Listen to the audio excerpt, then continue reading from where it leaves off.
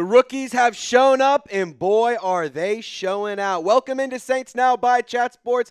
In today's video, I'm going to give you the 3 rookies who are standing out the most at Saints training camp. We've had 10 days of practice. No practice here on Monday, but they're back at it tomorrow on Tuesday, August 5th. So in today's video, let's just recap kind of what happened a couple of months ago. 9 total selections for the New Orleans Saints. They started off with Kelvin Banks Jr., then Tyler Shuck, Vernon Broughton, Jonas Senker, Danny Stutsman, Quincy Riley, Devin Neal, Maliki Matavau, and Fadil Diggs. 9 total selections for New Orleans in the 2025 NFL Draft. It was a very important, it was a pivotal draft for this franchise moving forward, and they made a lot of selections, made some really good picks. Great value, especially on day 3 for some of these guys.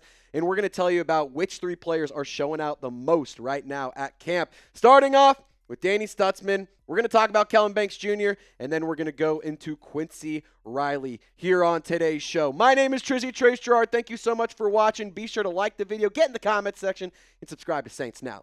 I want to first start off by talking about friend of the program, Danny Stutsman. In case y'all didn't know, we have had Stutsman on the program for an interview. We posted a couple of times. We posted a bunch of clips on our short form page. So I encourage you to check out all that content. It is really interesting to see what he had to say before training camp even got started. And, you know, it's pretty cool to see that it's living up to all the hype. And he is answering all of the questions that he had around him.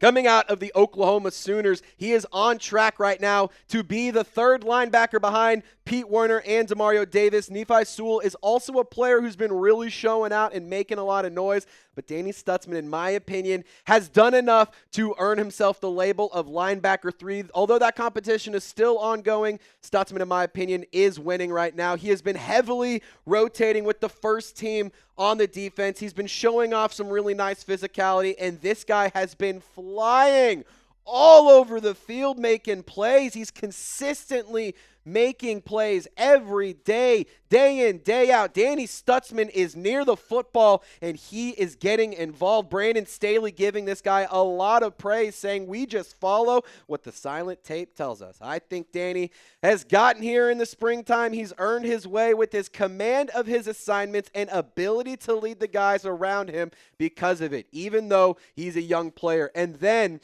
when we've gotten in pads, he's shown the physical aptitude to be the physical tone setter that we think those guys need to be at the linebacker position.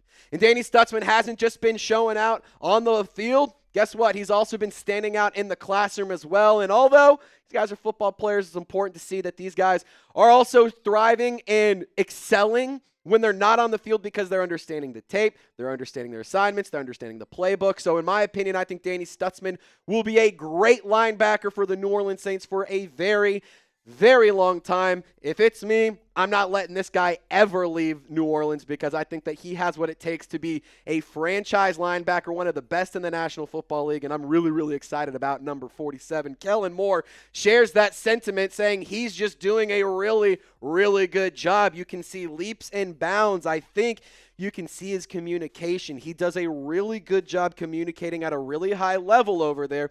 You can hear him on the field, which is a good thing when you're the middle linebacker. I love hearing those guys.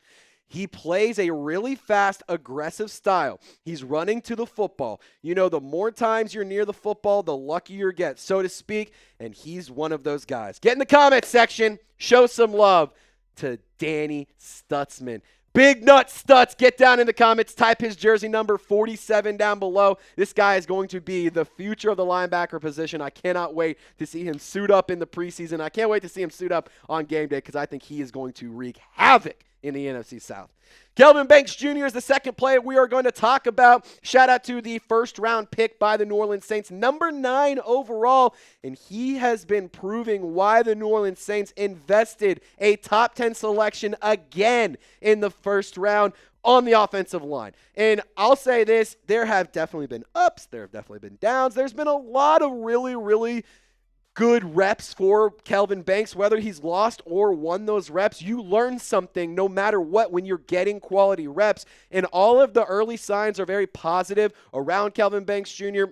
NFL scouts across the league have compared him to Laramie Tunsil. Will Clapp, the backup center in New Orleans, compared him to Ryan Ramczyk. Says he moves very smoothly and it's very reminiscent of Ram. And right now he has established himself as the starting left tackle for the New Orleans Saints. Trevor Penning at the left guard spot. Eric McCoy will be the center. Cesar Ruiz at the right guard and Talais Efuanga at the right tackle position. I don't think much is going to change in terms of the starters for the offensive line, but maybe in the second and the third string, that's where you see some shifts happening. And for what it's worth, I can say this with a lot of confidence. I absolutely love the pairing of Kelvin Banks and Talais Efuanga as your offensive tackles. Talais Efuanga has a very, very extensive history at the right tackle position. That's pretty much all he played for the Oregon State Beavers. His rookie season, he takes on the left tackle position. Penning moves to the right side. So this year, we're getting to see Fuaga back at his natural position. We're getting to see Banks play at a spot where he excelled last year for the Texas Longhorns. He was a big reason why the offense in Austin was so effective, and he's a large portion of why Texas found as much playoff success as they did. Overall, he was really, really good according to Pro Football Focus, was rarely beat in pass protection. Run blocking was really solid as well. Only 1 sack allowed, 10 pressures. Kelvin Banks Jr., in my opinion, was a great pick. At the time of the selection coming in, I was a little like, man, another offensive lineman. But look, I'm going to trust Kellen Moore. I like this selection. I think the Saints have invested heavily in the offensive line, and hopefully it finally pays off. And we're going to see when it pays off or if it pays off here in the NFL preseason, which starts this week. Football's back, baby. I mean, it's preseason, so you can't say football's back. But we get to watch Saints football. We get to see this team suit up. And we're going to be live every single snap of the preseason, the regular season. Fingers crossed for the postseason. So be sure to subscribe, turn on your notifications. We will be live 1 hour before kickoff. So starting about 2 p.m. Central Time, it's going to be me and my guy, Loco Lopez. I hope to see you guys at the watch party. Subscribe. We're going to be having a lot of fun giveaways, audience interaction, play-by-play. It is the best place to hang out for any Saints games all throughout the year. Now, coming up, I want to talk about Quincy Riley, too, because the takeover in New Orleans is extremely real. The cornerback position is obviously one that a lot of us are concerned about. But number 29 here, not Paulson Adebo, is playing really good football. He is showing out, arguably one of the biggest MVPs of training camp thus far. But I got to tell you really quickly about this awesome shirt. I keep trying to tell you about it because I am so obsessed with it. It was $60, now it's $30, but you can get it today. Chatsports.com/Saints sale. We have most sizes still available. They are selling pretty quick, so you know, if you keep watching the content, you're like, Trace, I'm tired of it. Like, I don't want to buy this. Well, that's totally fine. But in a few months, when you're sitting here being like, I really wish I had a nice Nike Saints shirt. It's so hot. I just want to wear some black and gold, but I don't want to be sweating my balls off. Hey, right here, chatsports.com/Saints sale. We'll take care of you. In the comments and description of this video, click that link. Quincy Riley. Oh, boy. You can consider a lot of different people MVPs of training camp thus far. Rashid Shaheed, Danny Stutsman's definitely one of them. Quincy Riley, do not get it twisted. He is amongst the leaders of the most valuable training camp bodies thus far. His playmaking ability has been on full display through 10 days of training camp. And remember, this was a player who didn't really get a lot of run during rookie minicamp and during OTAs because of a minor injury. Now he's on the field, and dude, this guy is lighting it up. The ball skills that he had at Louisville were something that the New Orleans Saints highly valued, and you were seeing that be really, really good for Saints training camp. 4 interceptions total for Saints quarterbacks through 10 days of camp. Quincy Riley is responsible for 2 of those, meaning he has half of the interceptions at training camp at this point. He was a 4th-round pick out of Louisville. 131st overall. This guy was an absolute steal. And I'm not the only one who's praising Quincy Riley. So is the coaching staff. Listen to Kellen Moore's praise for Quincy Riley. The young cornerback finds the ball and he attacks the football. That's one thing we saw on film coming into the draft process. He's a ball guy. That's what you need on the back end. Mistakes are going to happen, but when you create turnovers, those impact games. Look, I do think that the New Orleans Saints letting Paulson Adebo walk in free agency was a great decision. I've seen some clips of him getting absolutely dusted at Giants training camp. I'm just going to be totally honest. Marshawn Lattimore, love the guy, was a great player for the New Orleans Saints for a long time. By no means am I knocking those two players, but he was not on the field a lot. He was costing you a ton of money.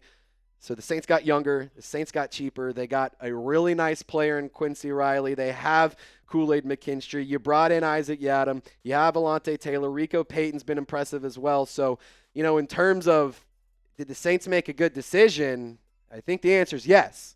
I think that trading away Marshawn Lattimore was a smart move by the New Orleans Saints.